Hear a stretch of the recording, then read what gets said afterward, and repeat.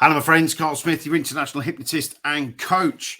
And we're on to 254 questions and answers. If you've not subscribed to the channel and you're interested in more practical hypnotism and techniques, join me because I'm going to be going through this. This book was done by Emil Franklin in the 1950s, and I'm going through it step by step. This question, and there is a whole playlist on this.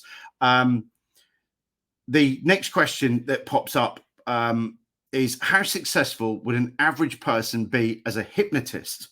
His answer in the 50s was the degree of success obtainable would vary with the individual characteristics of an average person concerned. Training 100 people to play the piano would not necessarily produce 100 skilled pianists. Such training might produce 3 or 4 excellent pianists, but the remaining 96 or 97 would be able to play the piano at varying degrees of skill. Same as hypnosis, same as anything we do, and it's the same as there. I tend to see lots of people. It comes down to, you don't need any special powers to be a hypnotist. You don't have to be anyone who's have come from some different cloth or anything like that. Anyone can learn hypnosis. The only difference that I would put to what Emil's put in there is your drive, your will, your passion. That's where it sits, because lots of people come into the profession for the wrong reasons. They come in and they do it because they're bored, or they think it's right, or they've come in to change their own stuff. The key thing about this is about will, drive, and passion.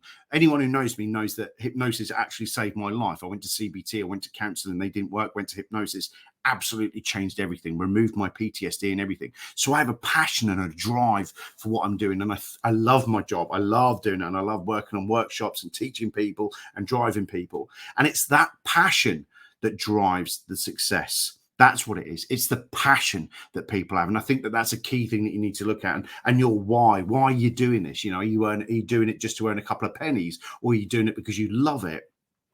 That's one of the key things that I like pointing out to people when we're working and doing stuff. So anyone can become a hypnotist. Anyone with any type of training can become a hypnotist. It's also, as well, what I have to put in here as well is that the training academies, just because they have lovely badges and tell you that they're accredited, doesn't mean that they train competent hypnotists. That's another thing as well. So when people are training, they have to look for trainers with competence, not badges. Most of the training schools with badges don't have competent trainers. Now that sounds really weird. It's because they're very good at churning out lots and lots of people and doing and sticking by a certain way, but they don't know how to actually hypnotize. But that's for another day and another story. So yeah, don't look at badges and accreditation when you're looking for hypnosis training.